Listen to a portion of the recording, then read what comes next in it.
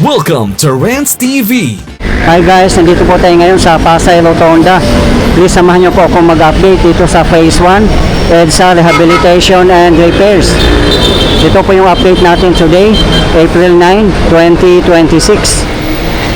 Dito po tayo ngayon sa footbridge nakapwesto.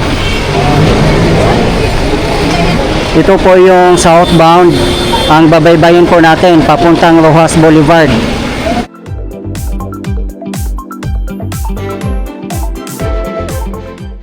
Dito naman na area ay nalatagan na rin po ng mga asphalt. Ayan, may mga markings na rin po.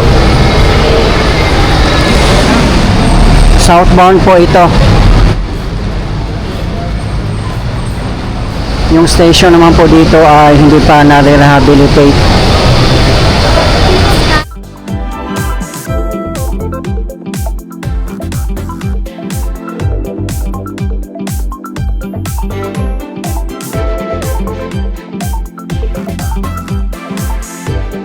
Ang footbridge na po na yan ay papuntang LRT1 station.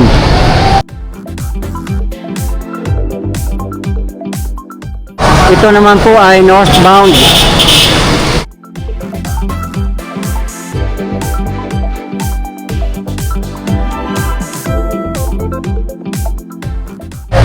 Mapapansin nyo po dito yung footbridge ay wala na po mga vendors dito. Na-clear out na po lahat.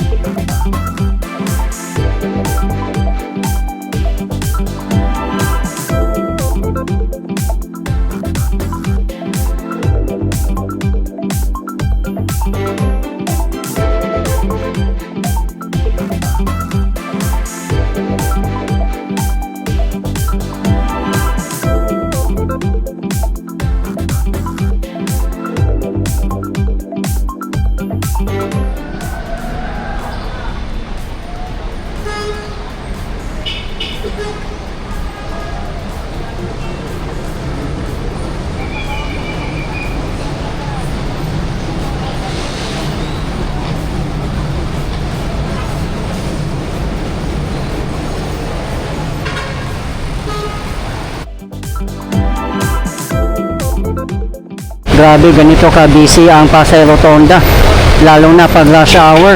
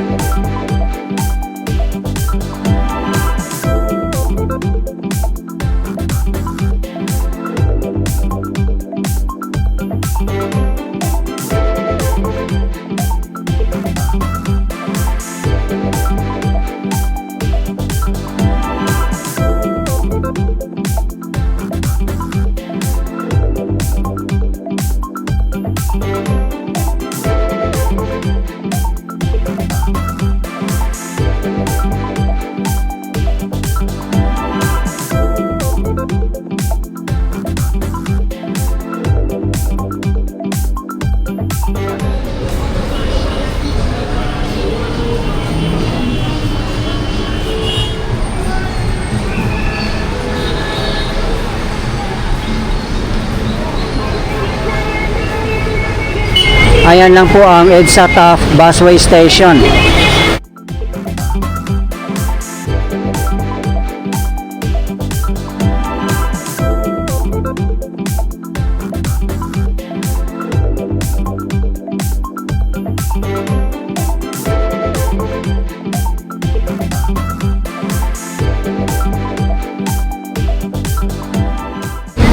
Grabe, sobrang traffic po dito sa northbound.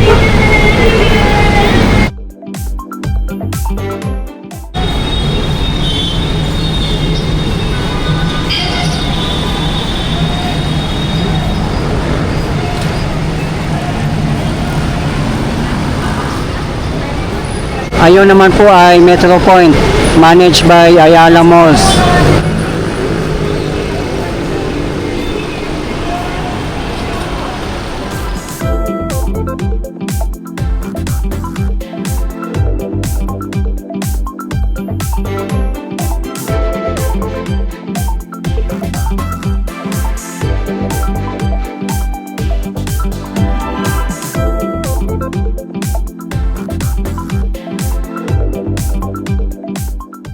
Matagal na rin po ito na tapos ang asphalt overlaying. Ang kulang na lang po dito ay paggawa ng mga sidewalk.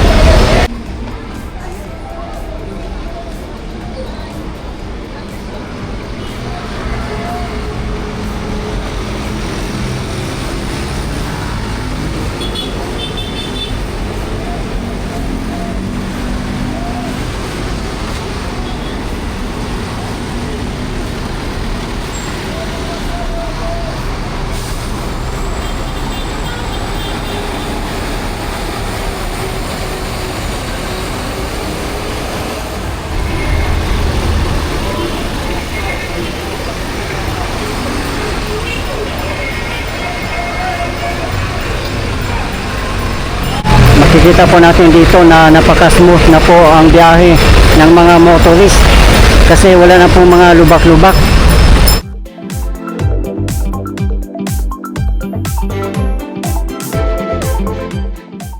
Yung mga hindi pa po nalatagan dito ng mga asphalt ay ito po yung existing bike lane at magiging part na po ito ng sidewalk.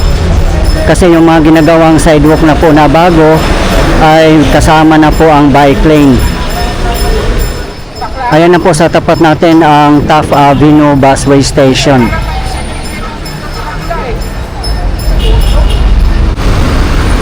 Yung may mga barriers naman po nakikita nyo, yan po ang exclusive lane ng carousel buses.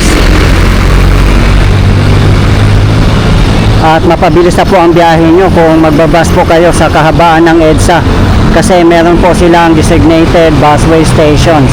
Hindi po katulad nung dati.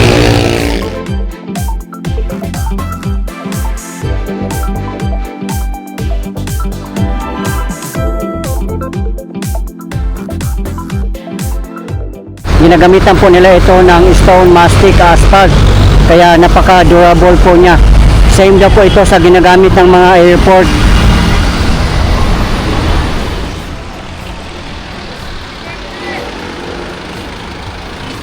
Makapal din po ang asphalt overlaying nila, nasa 6 to 8 inches yata ang kapal nito.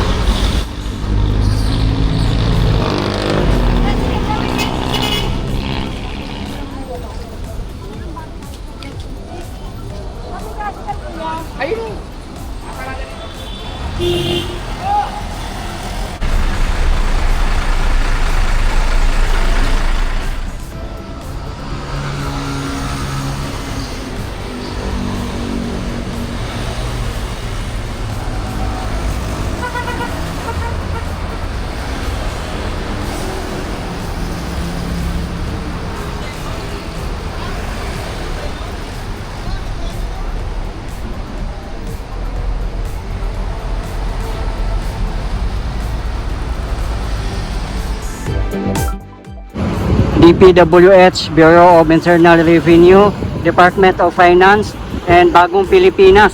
This is where your taxes go. Location, Rojas Boulevard, Pasay City, up to Orense Street, Guadalupe, Makati City. Name of contractor, Redicon Trading and Construction Corporation. Date started January 6, 2026.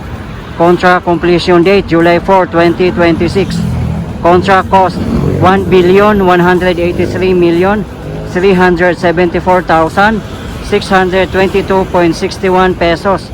Implementing Office DPWH National Capital Region. Sources of fund GAA-2025.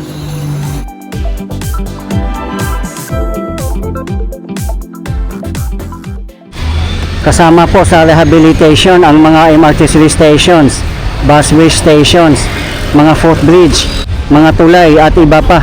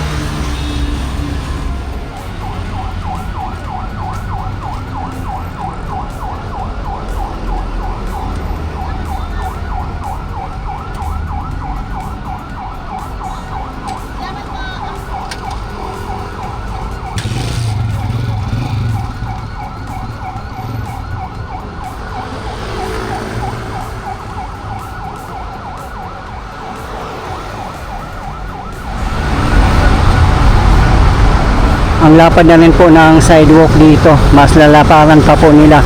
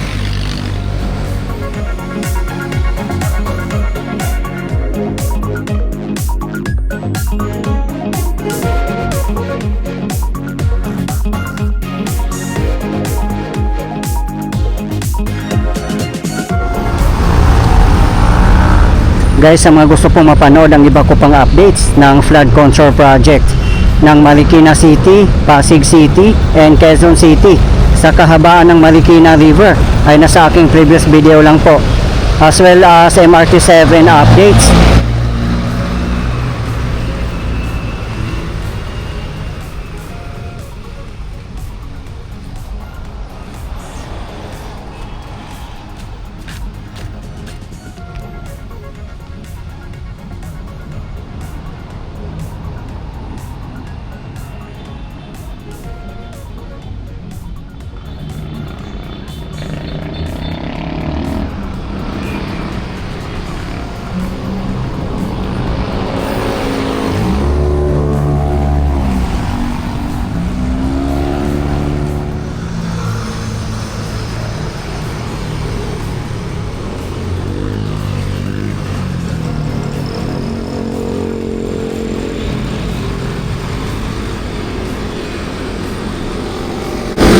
Siguro tatanggalin na po itong mga steel railings dito, kaya lalapad na po siya lalo ang sidewalk.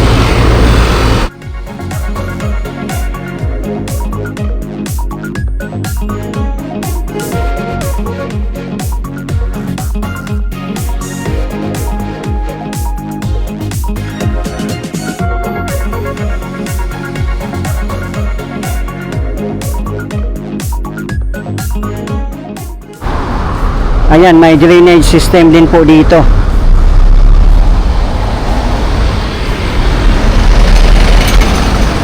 Siguro maganda naman yata ang drainage system dito. Kaya wala po magiging issue kung tagbagyo o tagulan. Hindi po babaha dito.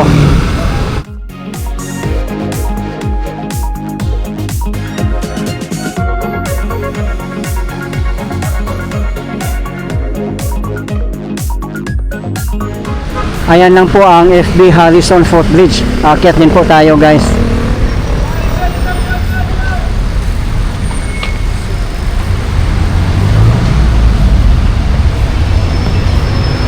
May kalumaan na nga po itong footbridge na ito. For sure, kasama rin po ito sa rehabilitation. Lalagyan na rin po siguro ito ng cover.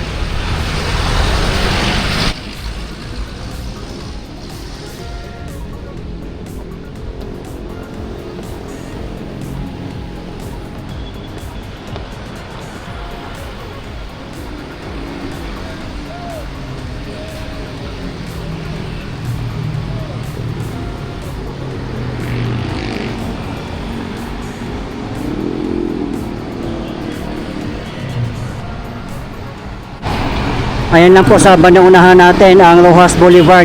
Kitang-kita na po dito ang Mall of Asia or MOA.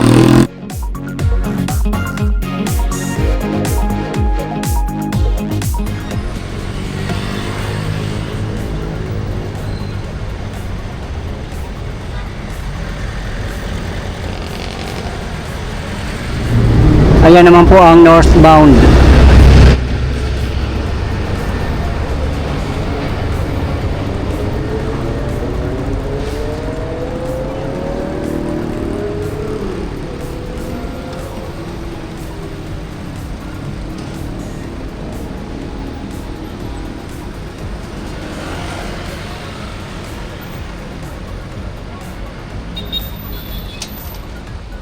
North and southbound po ay nakalatag na po lahat ng mga asphalt. Ang kulang na lang pong gagawin dito ay mga sidewalk. Layunin po ng ating pamahalaan na magiging walkable at pedestrian friendly ang ating mga sidewalk, lalo na dito sa kahabaan ng EDSA.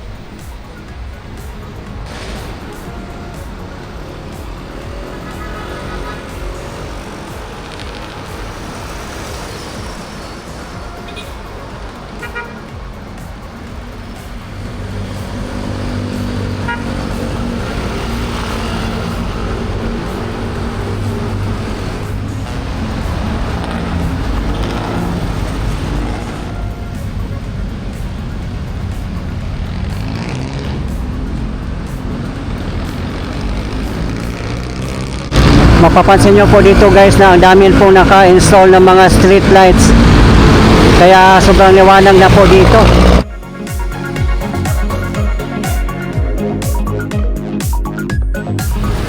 Ayun lang po sa tapat natin ang The Heritage Hotel.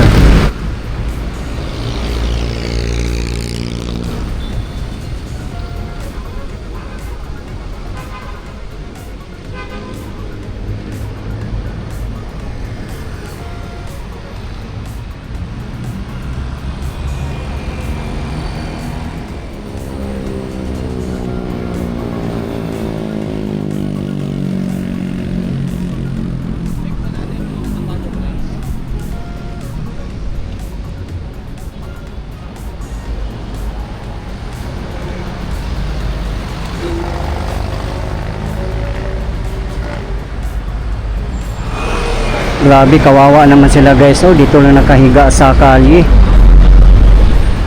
Ang aga pa po, 6:45 PM pa lang. Marami na rin pong nakahiga na nadadaanan po natin.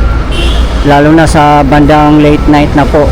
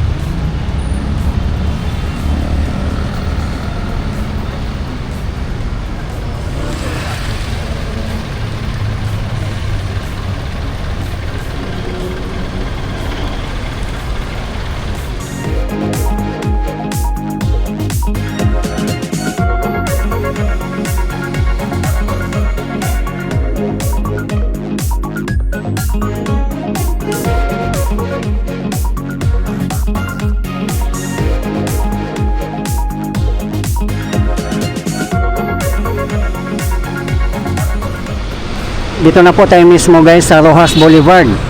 Ayan po ang bridge.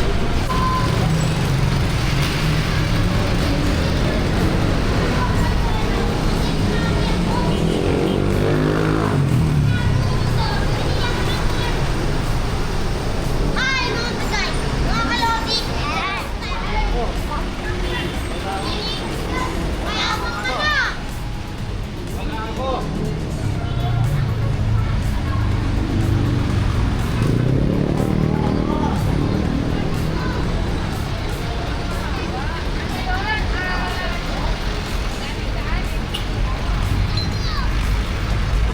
Dito na po tayo guys sa Bay City. Akyat po tayo dito sa Rojas Boulevard Footbridge.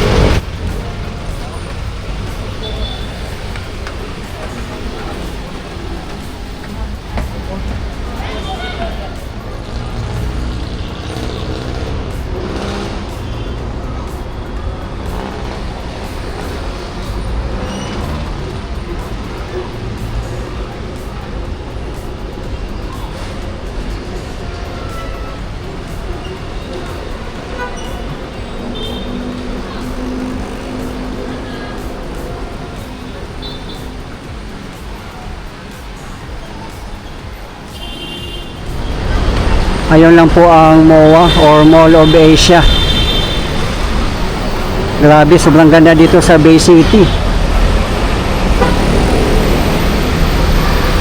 Ayan lang po ang Rojas Boulevard Busway Station.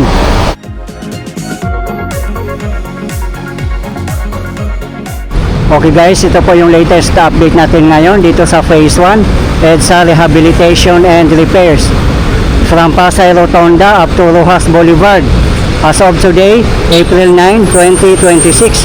Maraming salamat po sa patuloy niyong suporta at panonood ng aking mga videos. I really appreciate po. At hindi po ako magsasawang i-update kayo lalong-lalo na po sa mga government infrastructures. Mabuhay ang Pilipinas. Okay guys, thank you for watching and keep safe everyone.